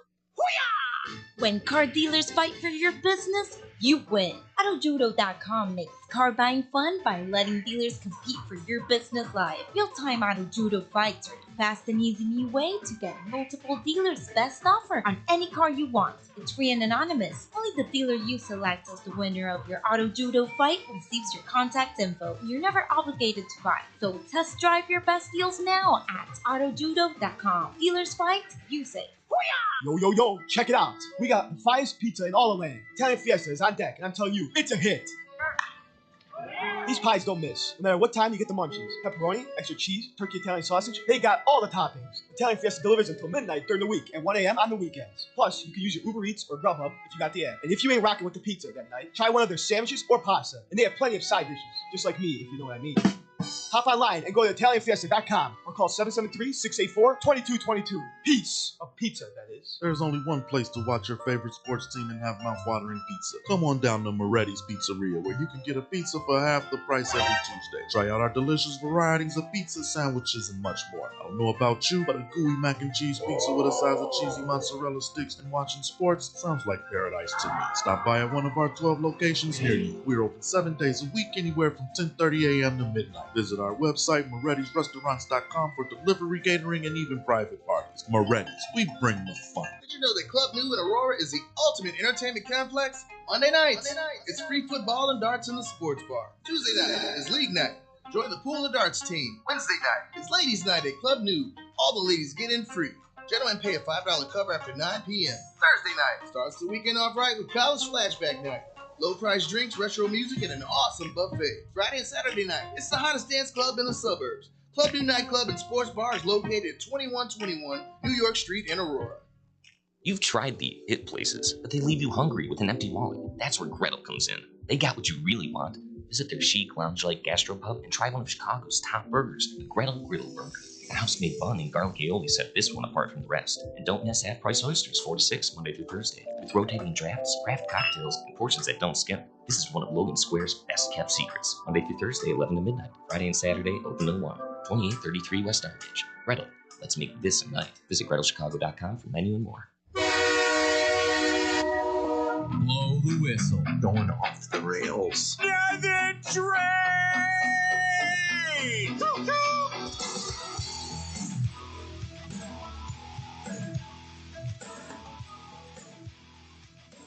That's right, folks. It's time for Off the Rails. That's right, ladies and gentlemen. This is the time when we rant and rave about anything that we found for the day. We talk about it. We have our fun. We sports related, not sports related. It can be all topics encompassing and then some. And folks, as I said before, the NBA had a moment that they were able to embrace. Believe it or not, players are still scoring at a high rate, and you would say it's Luka, it's Damian Lillard, it's Devin Booker, it's all these guys that are known for scoring.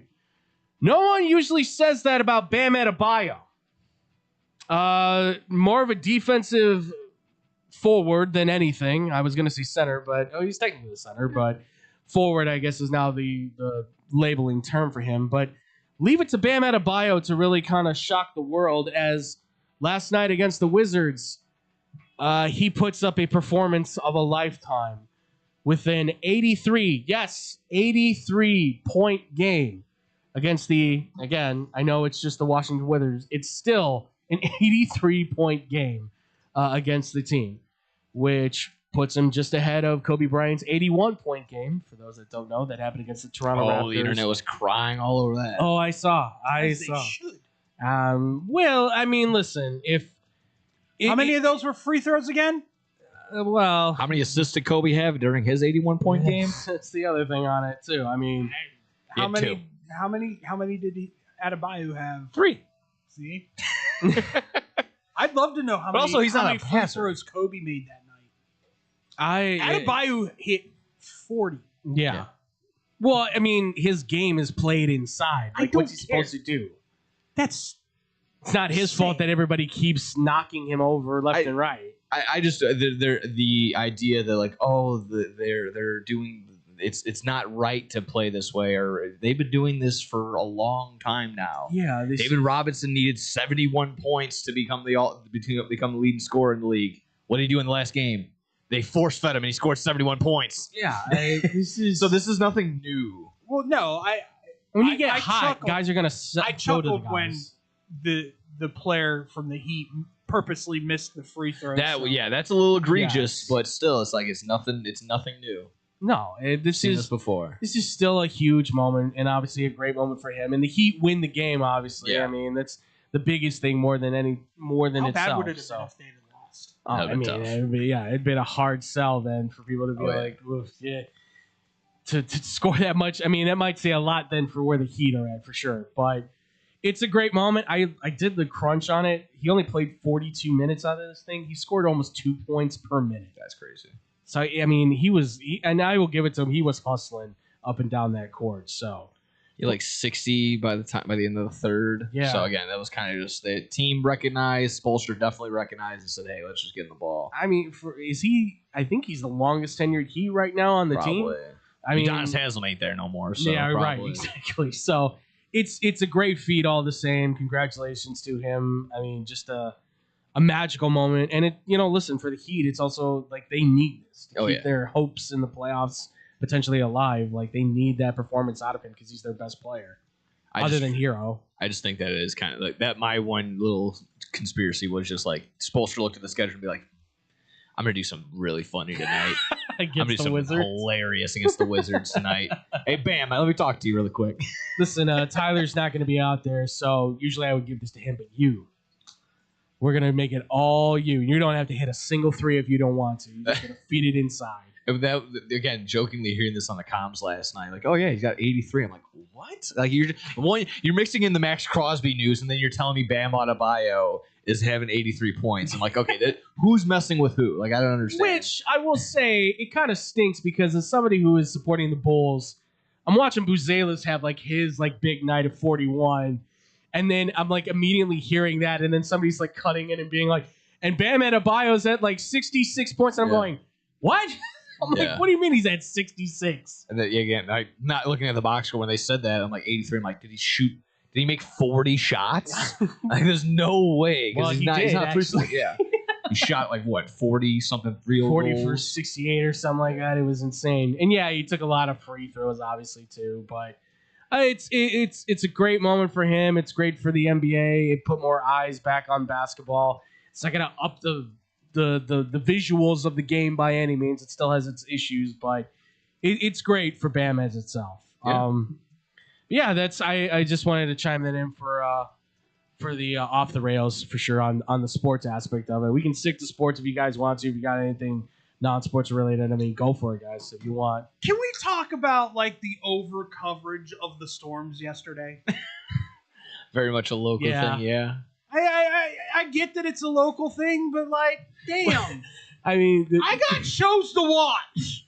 Yeah. There were people pointing out that like they're in Chicago, they're at a bar trying to watch the games, but they had to chime in with the Storms in Pontiac, Illinois, and they're like, dude, like they think anywhere outside of Chicago is just close to the city, like not even nowhere near is Pontiac. Pontiac's what, an hour and a half, 2 hours from here? Basically, Yeah. I mean something like that. Probably on that day it was probably a 2-hour drive Straight there. down 55. Yeah, because a semi blew over, so it probably did become a 2-hour drive. Well, you know, shocker, semi blew over in storm. and I'm not trying to make it trivial. No, it's making a little joke. Yeah. Kankakee got absolutely demolished. Yes, and I thoughts and prayers out to the people of Kankakee for sure. Absolutely. But yeah, I don't need an hour and a half of there might be a tornado. There might not be a tornado. There might be a tornado. We know there's going to probably be a tornado. You warned us 24 hours ahead that there were violent storms headed our way, ladies and gentlemen.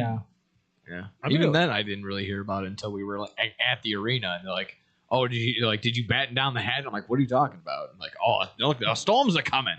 The storms are coming. Well, it's Yeah. like with today. Today we were just sitting in the room. All of us were just chatting and chilling away. There's snow coming outside, and by the time the show is just about to get ready to start, it's clear as day out.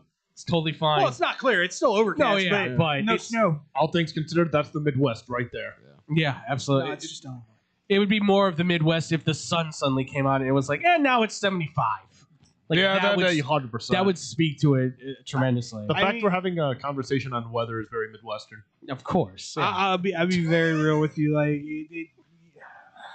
I get it, man. I get it. They cover as soon as this was happening, I saw it on TikTok too.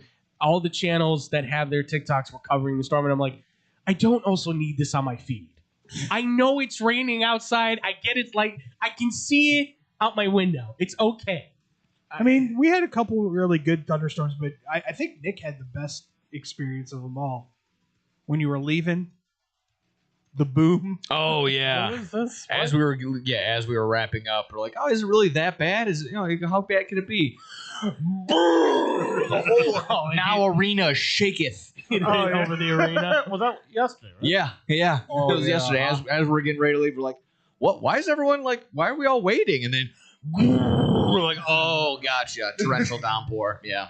That's totally if they're whatever that higher force is like. Oh, I heard this one. Yeah. Well, I mean, you dealt with it last year during Dogs. I dealt with it the year before that, where it went from like blue skies to when I say pitch black, Yeah. I mean pitch black to where the lights popped on. Yeah. Pitch black, and I went, "We in trouble, boys." That's We had a couple. Yeah, we had a couple of those last year where it was exactly that. It's like, "Oh man, it's looking beautiful," and then 30 minutes later, you can like the ones when you could smell the rain. Yeah. That's how you know you're in Barometric trouble. pressure You're in changes, trouble. and Yeah. you're like, "Uh-oh." Yeah. That's what happened on the last game when I was working Dogs. The very last game of the season, it wasn't clear out, but it was like the kind of clear where you're going, all right, it'll be cloudy, but they're saying it'll be fine. And then immediately somebody had to say, they're like, "It look like it might start raining here soon." And it just shifted into just sideways rain blowing. That's the one where center field, for this, and I think you know this, Nick, center field tipped over and Yeah, I heard about cracked. that one. Yeah. And because we had set up the cameras, everything was fine. And then it's thundering and lightning, the wind's out there, and then we're like, it's gonna tip over, it's gonna blow over, and Joe, it just happens, and Joe goes, "God, come on!" And only time I've ever heard him shout, and Timmy's the one that goes, "Somebody's gonna have to go out there and get it," and I'm like, "It's gonna be us, it's gonna be us. We're gonna have to run out there."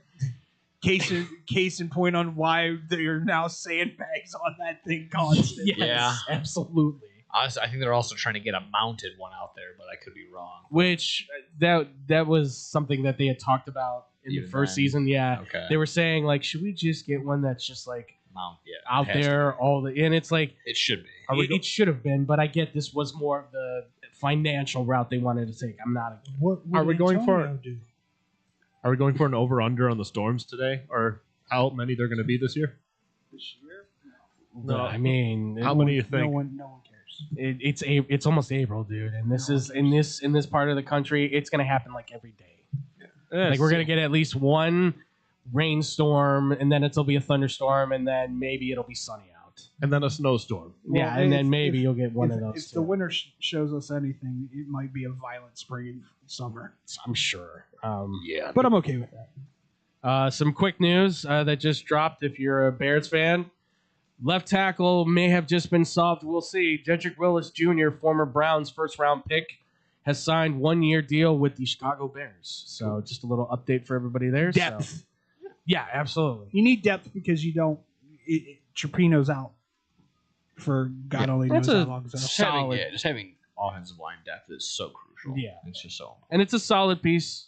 I mean, he's not anything to brag about, but he's a talented guy all the same. I'm going to quickly get you guys' thoughts on this one that I scrolled upon. I've kind of been sitting on it for a couple days. You guys know PSA, like the card grading company. That's basically what they're known for. A little dirty move that they pulled a couple days ago. So in the Pokemon community, that's kind of obviously is exploding there card wise, just buying, selling, trading, everything like that. Guy came in, had a PSA 10 on one of the most rare cards. There's maybe 50 of them in the world. It's like I did see that. It's like a Charizard that has like a you the way that you move it, mold it. There's like 3 different designs on it. Yeah, it's got a holograph on it that can change the image. Insanely rare card, very expensive, really cool to look at. This guy went ahead and had it. He wanted to get it graded, and it went from a PSA 10 and it turned into a PSA 6, all on the fault of PSA, mishandling it, just short of destroying it, and still grading it. And then telling the guy that, yeah, you know what, didn't say sorry, but was like, yeah, like, sorry, but well, we can make up the difference. We can pay you $20,000 for it. And you would be like, well, it's a pretty good payday. Yeah. Well, turns out PSA went ahead and sold this exact card, a PSA 10 of it, for $45,000 a week ago.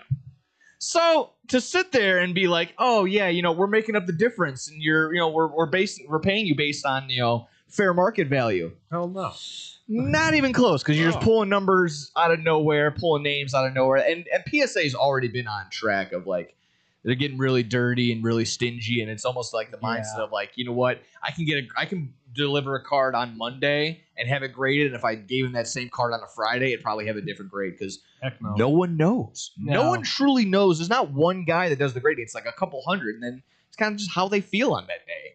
Yeah, it's really weird, and it can get really, really disgusting and kind of grimy. But there's a level of like trading cards and just the sports card world where it's kind of the tip of the iceberg where we kind of see some of the stuff, but underneath is going to be like the really down and dirty parts. And I'm sure that's gonna get weird. If you've ever been to those conventions, it can get it's so hectic there. Oh yeah. Like I went with one of my buddies. A couple of my buddies do the thing for the Pokemon and stuff like that, which is fine. There's nothing wrong with it. Like you can make some really good money off of that and everything. And well, that's the thing. One of my guys has a Gengar that he's had for a long time that he knew was valuable, but he didn't know how valuable. And he went to one guy, and one guy offered him $800 for it right off the bat, and he was like, "No, thanks, not gonna happen." He knew it was somewhere close to almost $1,000. Yeah. And then he takes it to one of these guys who's a grader, not PSA, but a different guy who's like a grader. He took a good look at it and everything, and looked at it in the sleeve and all that, and he goes, "It's like right out of the bat, cash. I'll give you $2,500." We were kind of like, "Whoa, dude!" Like, and we're like. And he was sitting there, and he turns, he's like, "Hold, please." And we had like a team meeting real quick with each other. Yeah, and he's like, "What do you think?" And I was like, "I mean, we know he's going to be back," because we had just talked to him, and he was like, "We know he's going to be back at some point later on." So we're like, "You want to hold out, maybe?" I'm like, so that's what he's done. He's held out, and now he's going to go get it officially graded. Not PSA though, because of these horror stories. Because this isn't just I seen this one that came out.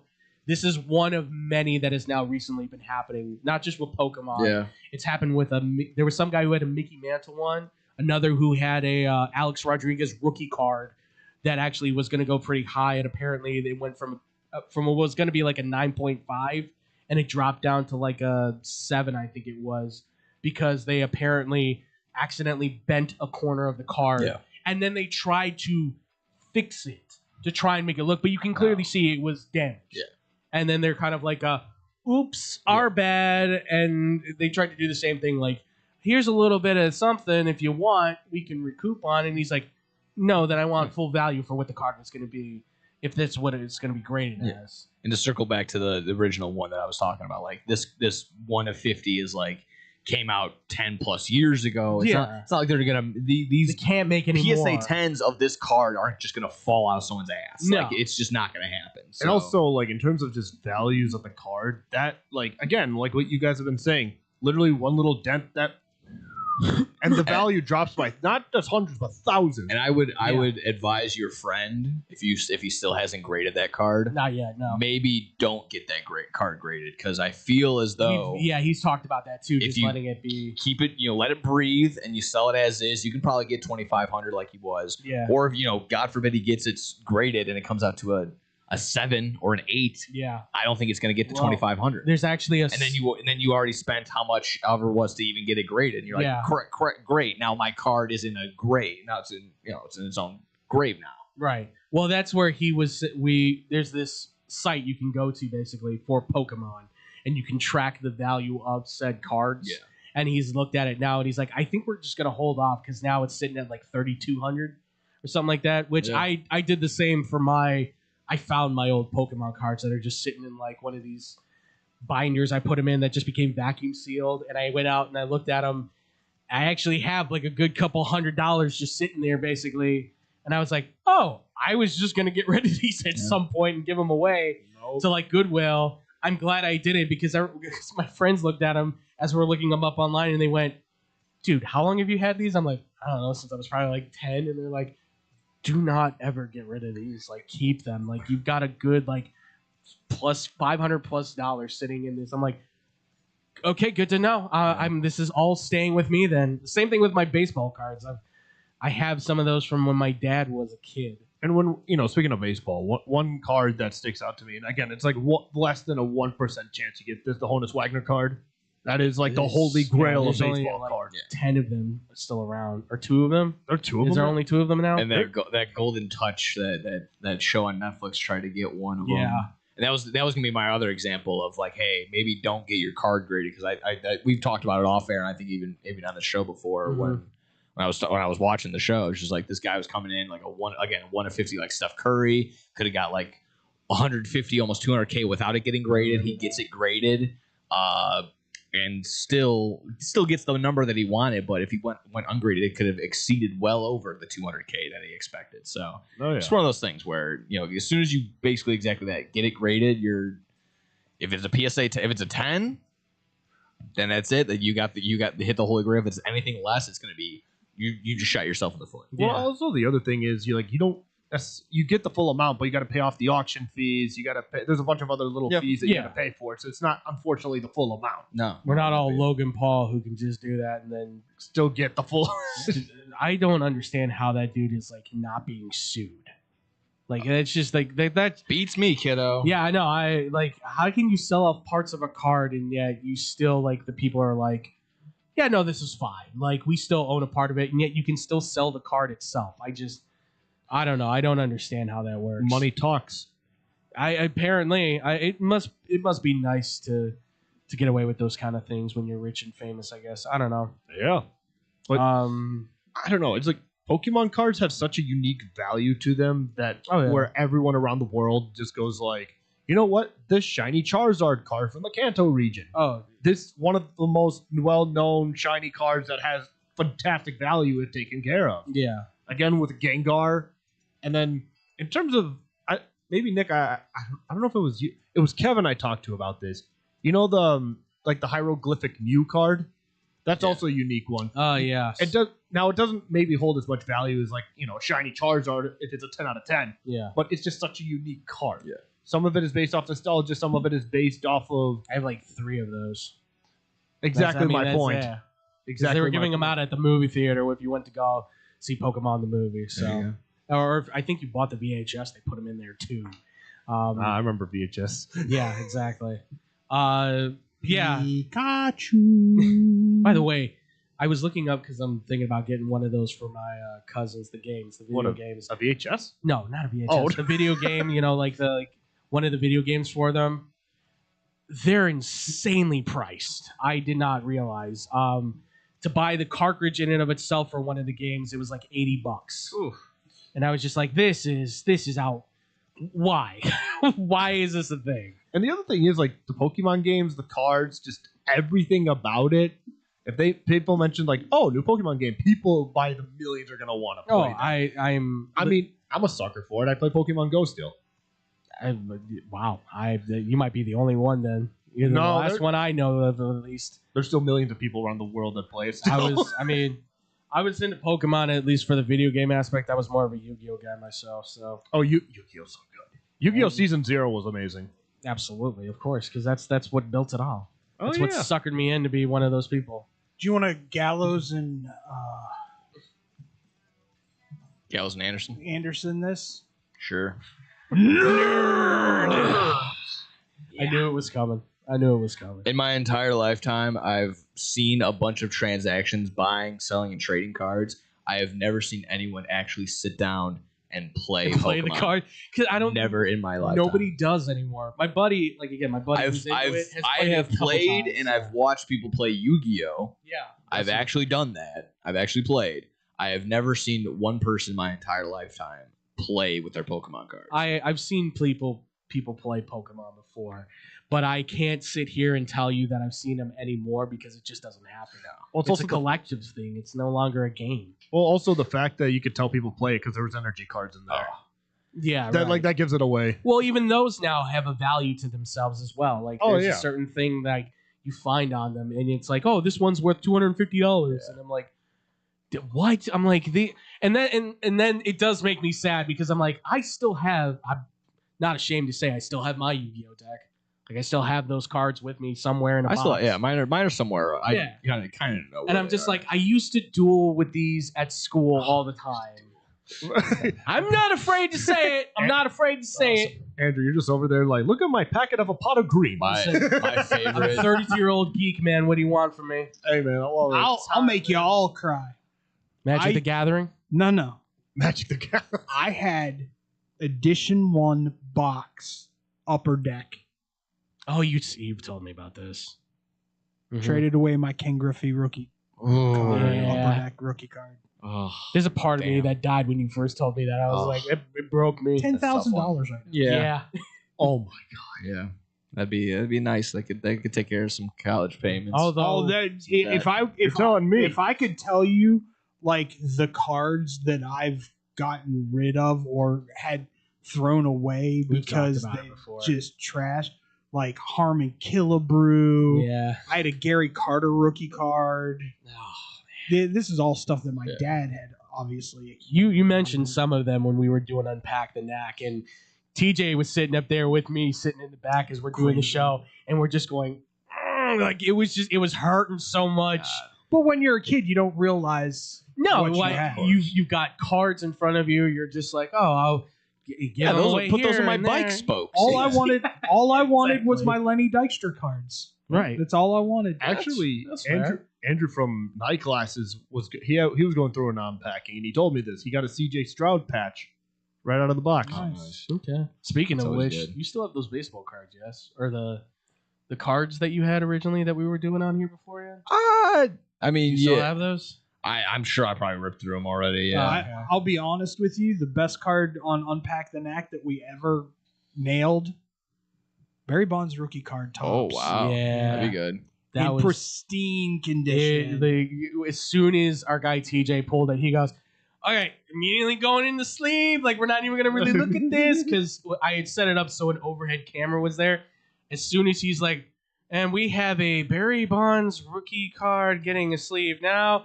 Like, I just quickly just was like cut on that, and then immediately you just see his hand like move over the card, slip it in, and he's like, all right, we're just gonna lay it right here. Like, he didn't even want to touch Yeah, I it. wouldn't want to either. I That's was crazy. The worst part of the Unpack the Knack with the Knack is when he got the old school cards. Ooh. Oh And yeah. it still had the gum in Yeah, I like those. I Yeah. like pulling those junk wax cards. And The- exactly that. Oh my god. Exactly. Those were the cards you were talking about, right? Yeah, Like yeah. my 87 like Fleer or something Yes, like that. exactly. Yeah. So I Where- can pull something like where I some ate the 89 gum. Donruss. Oh, God, that Oh, that'd be gum, pretty It good. dissolved in my mouth, which has me still worried.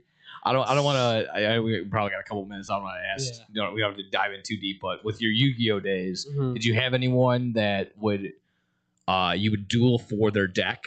I Or did. Okay, I did. We had one instance in my area. My buddy, I know exactly. I know exactly my how buddy, this is gonna go. my buddy won, and then we're hanging out later at his house. Gets a ring at the doorbell. Yep. Crying kid, yelling mom. Parent. Give me back his dad. He didn't agree. It was an ordeal. Oh man. I had a few of those, but I always said we dueled for the deck, but I always gave it back. That was always kind of we dueled for cards though. Okay. That was a no give back kind of thing. That was always the thing that we did. Yeah, the ones that would go full on all in dueling for your whole deck is I knew exactly where that was going. I'm like, parents showing up to the house being like, we need to have a conversation here. Excuse me. Yeah.